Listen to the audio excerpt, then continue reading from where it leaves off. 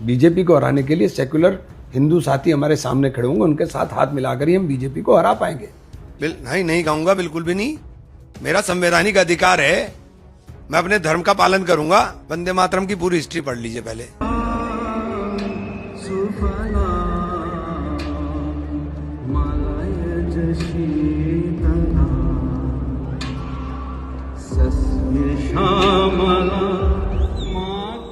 देखो, कांग्रेस की वो सच्चाई अब खुलकर के सामने आ चुकी है जिसको हमने पहले ही दिन बता दिया था। आपको याद होगा 15 अगस्त को वंदे मातरम गाया जा रहा था, सोनिया गांधी सामने खड़ी हुई थी और उसके मुंह से साफ साफ शब्द निकला था स्टॉप। आसपास में काफी सारे लोग थे जो विचलित हो चुके थे, वहां पर राहुल गांधी भी खड़ा था जो विचलित हो चुका था। बहुत सारे लोगों ने लीपापोती करने की कोशिश करी और उन्होंने कहा कि हम तो उस समय पर चेयर मांग रहे थे, किसी ने कहा कि हम तो फलानी चीज कह रहे थे, किसी ने कहा दिमाग की चीज कह रहे थे।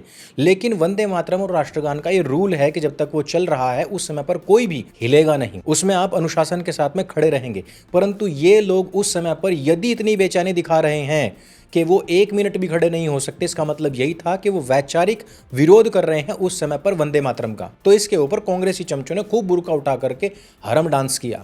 लेकिन अब सच्चाई खुल करके सामने आ चुकी है जब कर्नाटक के ही एक नेता ने स्पष्ट कह दिया कि हम 2 स्टैंजा से ज्यादा नहीं गाएंगे। कर्नाटक का प्रदेश अध्यक्ष के नाते मैं बहुत साफ कहना चाहता हूँ, हम सिर्फ 2 ही पंक्ति गाते हैं। तो कांग्रेस बार बार इस बात की सफाई क्यों देने लग रही थी कि नहीं, उस टाइम पर वंदे मातरम तो सही से चल रहा था, हम कोई मना नहीं कर रहे थे और हम तो कुर्सी मांग रहे थे। अब जिन लोगों को नहीं पता है उनको मैं बता दूं कि वंदे मातरम जो पूरा का पूरा आनंद मठ में था, पहले वही गाया जाता था।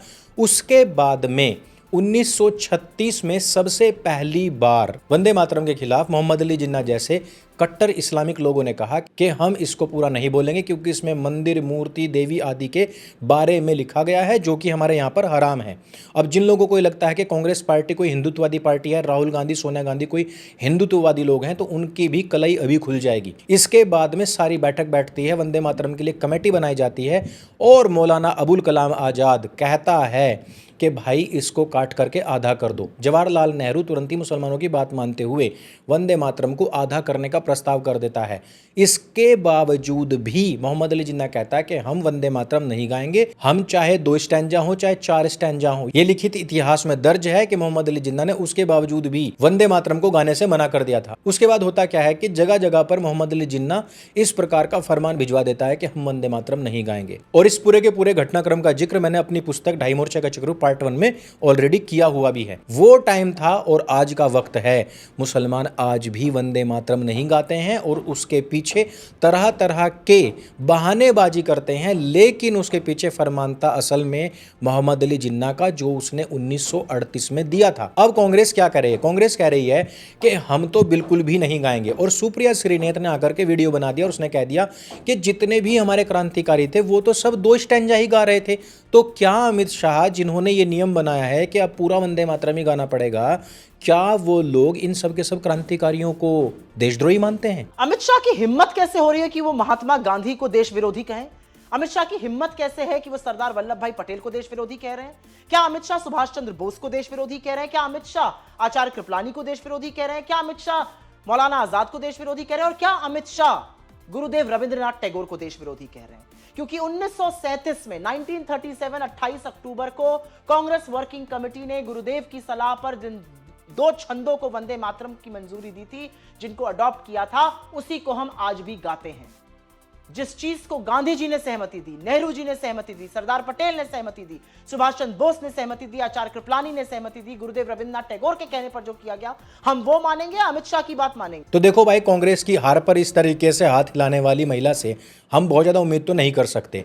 इस गैंडी को यही नहीं पता है कि उस समय पर भारत आजाद नहीं हुआ था और उससे पहले वंदे मातरम पूरा ही गाया जा रहा था। और इसको यह भी नहीं पता है कि मुसलमानों के तुष्टीकरण हेतु इस वंदे मातरम को काटकर सिर्फ 2 स्टैंजा का रख दिया गया था, यानी यानी अपंग कर दिया गया था, उसकी जान पूरी तरीके से निकाल ली गई थी और उन्हीं मुसलमानों के तुष्टीकरण के हेतु इस 2 स्टैंजा को गाया गया था।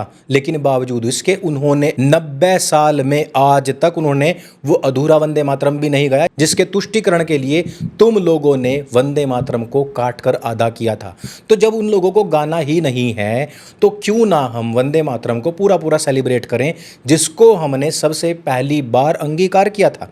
और वही वंदे मातरम जिसको बोलते हुए सारे क्रांतिकारी फांसी का फंदा चूम करके उस पर झूल गए, वही वंदे मातरम जिसको लिख करके हमारा सबसे पहला राष्ट्रध्वज बनाया गया था, वही वंदे मातरम जिसके नाम पर सबसे पहला समाचार पत्र क्रांतिकारियों ने निकाला था, और वही वंदे मातरम जो सभी क्रांतिकारियों को एक सूत्र में पिरोने का कार्य कर रहा था। उस वंदे मातरम को हम काट करके अपंग करके क्यों पढ़ें? ऐसे तो भाई हमें जनगण मन भी नहीं गाना चाहिए, क्योंकि उसमें तो उत्तर प्रदेश का नाम ही नहीं आता है, और अगर हमारे उत्तर प्रदेश का नाम जनगण मन में नहीं आता है तो भाई हम उसको गाएंगे ही नहीं। इसी प्रकार के कुतर्क तो मुसलमान देते हैं कि भाई हमारे अल्लाह का इसमें नाम नहीं है तो हम नहीं गाएंगे, इसमें तो हिंदू देवी देवताओं के नाम है। 90 साल से मुसलमान वंदे मातरम का विरोध करते आ रहे हैं, और आज भले ही उसको काटकर कांग्रेस ने आधा कर रखा था, उसको भी वो नहीं गाते हैं। तो फिर ये जो कांग्रेसी हैं, जिनको प्रतिमा से दिक्कत है, जिनको मंदिर से दिक्कत है, जिनको देवियों के नाम आने से वंदे मातरम में उससे दिक्कत है, तो क्या तुम इनको भारतीय समझते हो? क्या तुम इनको राष्ट्रवादी समझते हो? क्या तुम उनको राष्ट्रभक्त समझते हो? जिनको राष्ट्र के प्रतीकों से दिक्कत, जिनको राष्ट्र के गीत से दिक्कत, जिनको आनंद मठ से दिक्कत, जिनको मुसलमानों के तुष्टीकरण के अलावा कोई काम नहीं आता, और ये वंदे मातरम गाने की बात कर रहे हैं। कभी तुमने किसी भी स्पीच में राहुल गांधी को वंदे मातरम का नारा लगाते हुए देखा है? भारत माता की जय बोलते हुए देखा है? कभी तुमने उनको राष्ट्रवादी बातें करते हुए देखा है? कब आपने देखा है कि वो लोग वंदे मातरम, भारत माता की जय, जय हिंद के नारे अपने मंचों से लगाते हैं?